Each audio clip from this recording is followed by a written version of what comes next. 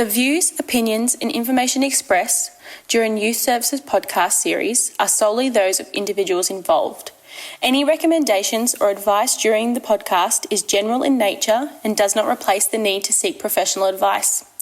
If you are in need of urgent assistance, please call 000 or the Kids Helpline on 1800 55 1800.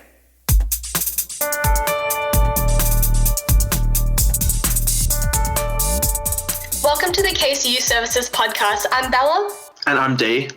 And we're from the Fruits Committee. If you remember from the last podcast episode, we were being interviewed, and now we've taken over the interviewer roles.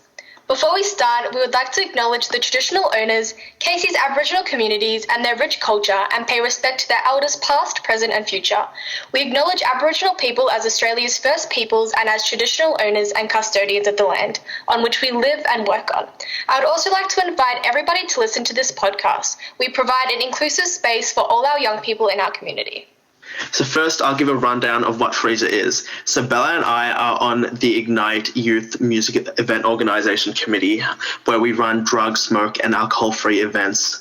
So some music events we've run in the past have been Battle of the Bands events, and every year we run a hip-hop dance tournament called Fired Up. So today on the podcast, we're joined by Emma Richards. Hi, Emma. Hey, Dee. Hey, Bella. Thanks so much for having me. No problem. So Emma is a past participant of the Fraser Committee, and now she's a disability support worker and a dance teacher. So my first question for you, Emma, is when were you on the committee?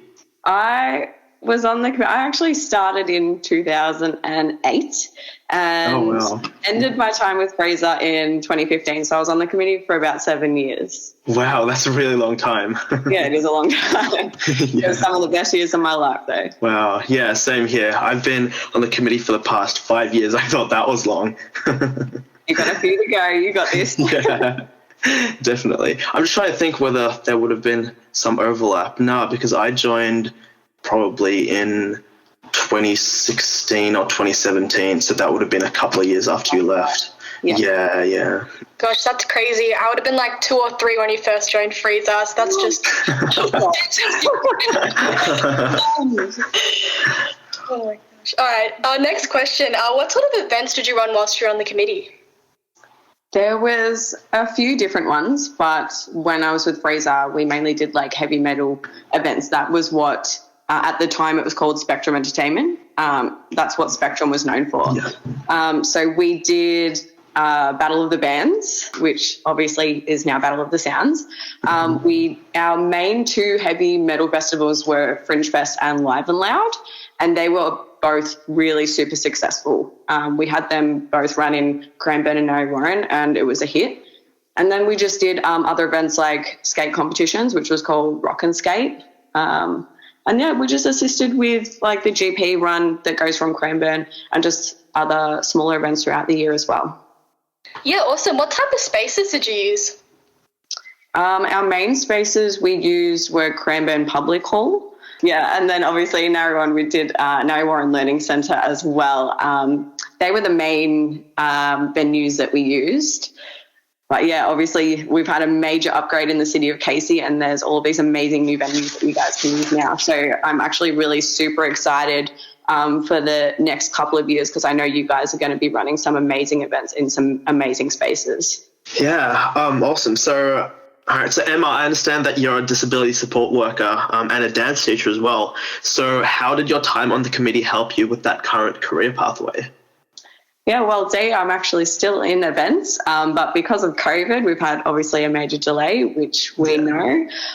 Fingers crossed we get back on track soon.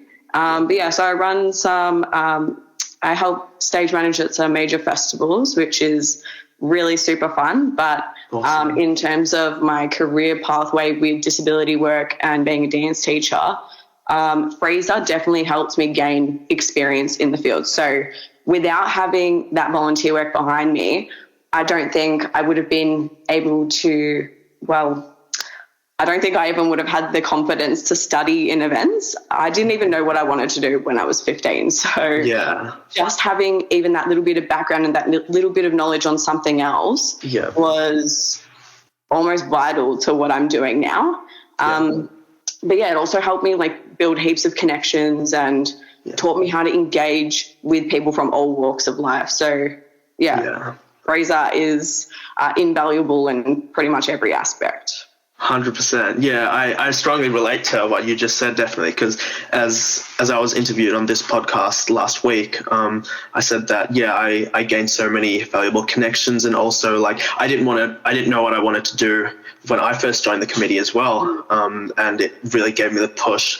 And since it like covers most aspects of life and music and events, like, you get a taste of a bit of everything, really. Absolutely. Yeah. Yeah, I completely agree. I feel like I've gained so much insight on the events industries as well. What led you initially to join the Fraser Committee?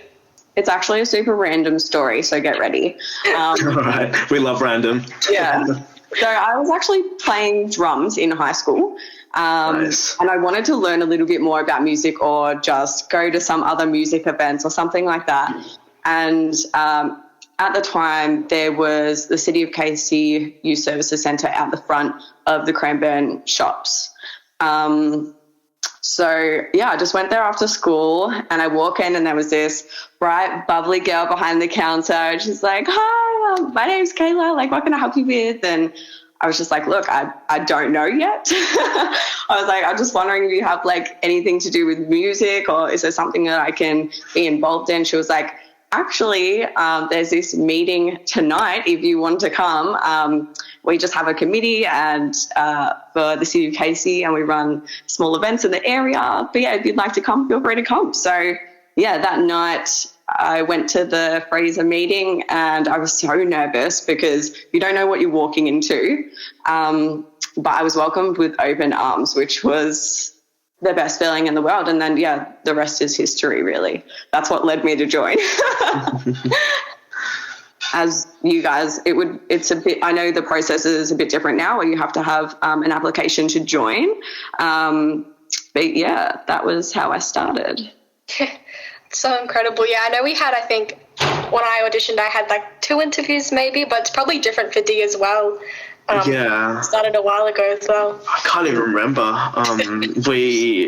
The committee changes so much every year, but it's still the same vibe, definitely, as you described. Like, the committee's so opening, and whoever wants to join, that they're always welcome to join and get involved in any way. Yeah, awesome. So, what is your greatest memory or highlight from being on the committee? Oh my gosh, this question I'm actually super excited about, because I can't wait to share it. So, it's not really a greatest memory, but it's more of the greatest feeling. So it's that feeling before you run an event. Like, you're going to have the biggest night, like, prepping the stage and the artists and getting them on stage or whatever event it may be. But it's, that feeling of excitement. So you've put all of this time and energy into building the foundations for the event, but then, getting to the venue and getting excited with the team. But, it's an even better feeling, like, for Fringe Fest, that, as I said, was one of our biggest events that we ran. It's the best feeling when you see the line of people go around the corner of the whole venue. It's just insane, and like, it's going to be a really big night. But, that feeling of excitement and, like, just being with your team and know that you've done this is awesome. Like, that's totally my greatest memory. Yeah, 100%.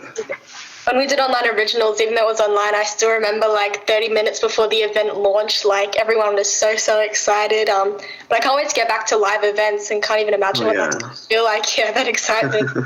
I'm super excited for you guys. I know you're going to have some really great memories to build. Yeah, definitely.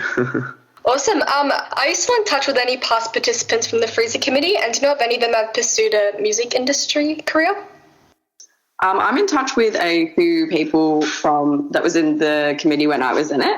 Not many of them have pursued a career in the industry, but I know a couple of them have built their own businesses in a very successful way.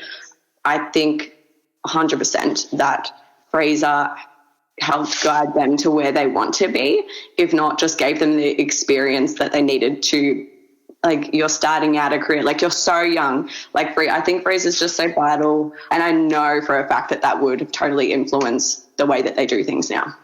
Yeah, 100%.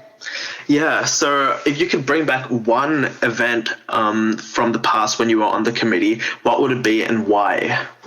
Oh my gosh, it would have to be Fringe Fest with the Getaway Plan. That was the absolute bomb diggity. It was so good. That's one of the events that we had where the line went all the way around Cramer Public Hall and you couldn't see the end of it. It was absolutely beyond.